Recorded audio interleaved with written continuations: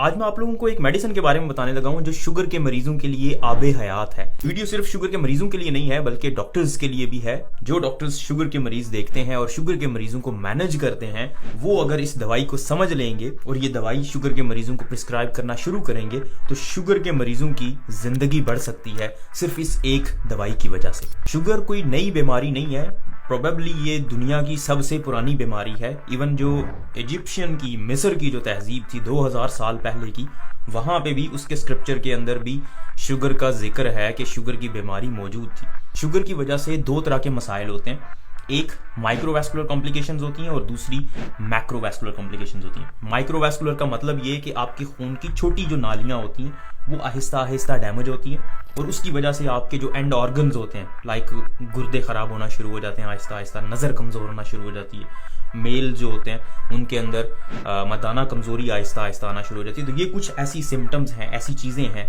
जो शुगर की वजह से होती हैं और इनको माइक्रोवैस्कुलर कॉम्प्लिकेशंस कहते हैं। दूसरे नंबर पे जो कॉम्प्लिकेशंस होती हैं, जो पेचीदगियां होती हैं, जो मसाइल सामने आते हैं शुगर की वजह से, उन्हें कहते हैं मैक्रोवैस्कुलर।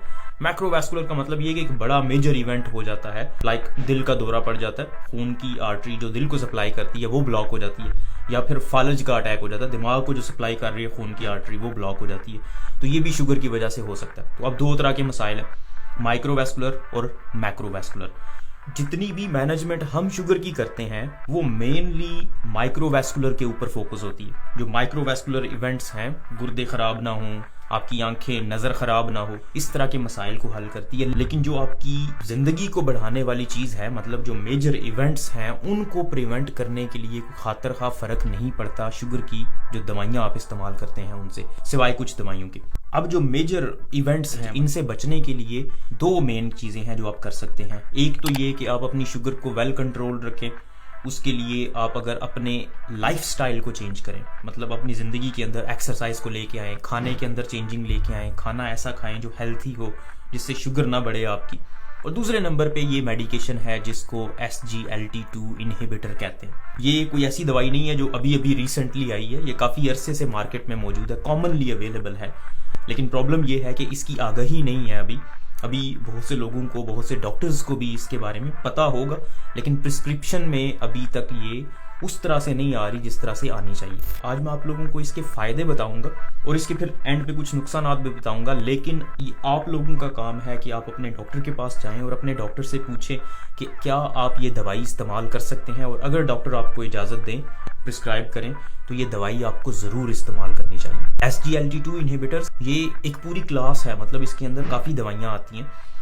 इनका जो ओरिजिन है ये सेब के दरख्त की छाल है। सेब के दरख्त की छाल के अंदर से इनको निकाला गया है। अब तो लैब के अंदर भी ये तैयार होते हैं, लेकिन इनका ओरिजिन सेब के दरख्त की छाल है। तो ये काम कैसे करते हैं, ये किस तरह से डायबिटिक पेशेंट को, शुगर के मरीज को फायदा पहुंचाते हैं। आपके जो गुर्दे होते हैं वहां पे खून के अंदर से शुगर निकल के पेशाब के अंदर चली जाती है। कोई 180 ग्राम शुगर खून से निकलती है और पेशाब के अंदर चली जाती है, लेकिन वो शुगर दोबारा से जब यूरिन, पेशाब निकलने लगता है बॉडी से, तो वो दोबारा से जज़ब होकर खून के अंदर चली जाती है। ये जो SGLT2 इनहिबिटर्स होते हैं, ये जो दवाइयाँ होती हैं, ये शुगर को दोबारा रीअब्जॉर्ब नहीं होने देते। जब खून से पेशाब में जाता है वो ग्लूकोज, उसके बाद उसको वापस एब्जॉर्ब नहीं होने देते। तो उससे क्या होगा, पेशाब के जरिए शुगर बाहर निकलना शुरू हो जाएगी। एटलीस्ट 80 ग्राम आपकी शुगर बाहर निकल जाती है इस दवाई की वजह से। और जब 80 ग्राम शुगर आपकी बॉडी से निकलेगी, मतलब कोई 240 से 300 किलो कैलोरीज, जो कि आपका एक वक्त का खाना बन जाता है, वो एनर्जी आप, मतलब वो ग्लूकोज आप निकाल देते हैं, ज़ाया कर देते हैं, जो कि शुगर के मरीजों के लिए बहुत बेनिफिशियल होता है, टाइप 2 डायबिटिक्स के लिए। उससे एक तो उनके शुगर के लेवल्स कम हो जाएंगे, दूसरे नंबर पे उनमें क्योंकि शुगर की अब कमी हुई है तो अब फैट बर्न होना शुरू होगी, तो उनके वजन भी कम होगा, कोलेस्ट्रॉल लेवल्स कम होंगे। तो इस तरह से ये SGLT2 इनहिबिटर्स अपना काम करते हैं। इनसे शुगर लेवल्स भी कम होते हैं, वजन में भी कमी आती है, और आपकी लिपिड प्रोफाइल, मतलब आपकी चर्बी कम होती है, पेट की चर्बी कम होती है, जिसकी वजह से आपका वजन कम होगा, और इंसुलिन रेजिस्टेंस, मतलब इंसुलिन अपना काम प्रॉपर तरीके से करना शुरू हो जाएगी। रिसर्च में 7000 लोगों को दो ग्रुप्स में डिवाइड किया गया। एक ग्रुप को ये SGLT2 इनहिबिटर दिया गया और दूसरे ग्रुप को नहीं दिया गया। तो 3 साल तक उन्होंने ये काम किया, और 3 साल के बाद जब उन्होंने रिजल्ट्स को कंपेयर किया तो उन्हें पता चला कि 38% लोगों में जो लोग SGLT2 इनहिबिटर्स ले रहे थे उनको दिल का मसला नहीं हुआ, उनको कोई बड़ा मेजर मसला नहीं हुआ, ना फालज हुआ ना दिल का मसला हुआ, एज कम्पेयर टू पीपल जो नहीं ले रहे थे उनको ये मसाइल हुए हैं। इसी तरह से 35% लोग जो ये ले रहे थे SGLT2 इनहिबिटर्स वो हॉस्पिटल में एडमिट नहीं हुए as compare to the other group जो ये दवाई नहीं ले रहे थे। तो इससे आपको इसके फायदे का पता चलता है कि ये कितना बेनिफिशियल है आपके लिए।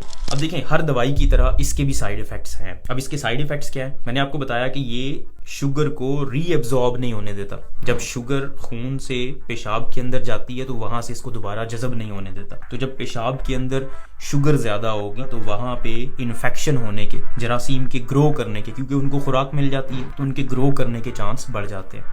तो इसलिए पेशाब के इन्फेक्शन स्पेशली खवातीन के अंदर बहुत ज़्यादा होते हैं इसकी वजह से। दूसरे नंबर पे अब देखें SGLT2 इनहिबिटर्स काम कैसे करते हैं। ये ग्लूकोज को पेशाब के ज़रिए ज़ाया करवा देते हैं, निकाल देते हैं जिस्म से। अब अगर किसी के किडनीज ख़राब है, मतलब ऐसा बंदा है जिसको गुर्दों का मसला चल रहा है, उसके गुर्दे बिल्कुल भी काम नहीं कर रहे हैं, बहुत कम काम कर रहे हैं, तो ऐसे बंदे में SGLT2 इनहिबिटर्स का फ़ायदा नहीं होगा बल्कि उल्टा वो मज़ीद नुकसान पहुंचाएगा। इसलिए जिन लोगों को गुर्दों के मसाइल हैं उनको SGLT2 इनहिबिटर्स नहीं यूज़ करने चाहिए, या फिर जिनको पेशाब नहीं आ रहा उनको भी SGLT2 इनहिबिटर्स इस्तेमाल करने से गुरेज करना चाहिए। इन साइड इफेक्ट्स की वजह से आपको हमेशा अपने डॉक्टर से पहले बात करनी चाहिए। डॉक्टर से पूछें कि क्या आप ये दवाई यूज़ कर सकते हैं, एंड इफ़ यू कैन तो डॉक्टर आपको वो प्रिस्क्राइब करके देगा। इससे आपकी उम्र बढ़ सकती है, आपकी जो कॉम्प्लिकेशंस हैं, पेचीदगियां हैं, आपको फालज का जो मसला हो सकता है, क्योंकि डायबिटिक पेशेंट्स में फालज ज़्यादा होते हैं, इसी तरह दिल के मसाइल ज़्यादा होते हैं, तो वो कम हो जाएंगे। उम्मीद है आपको ये वीडियो पसंद आई होगी। इस वीडियो को लाइक करें, इस चैनल को सब्सक्राइब करें ताकि इस तरह की मजीद इन्फॉर्मेटिव वीडियोस हम आप तक पहुंचाते रहें।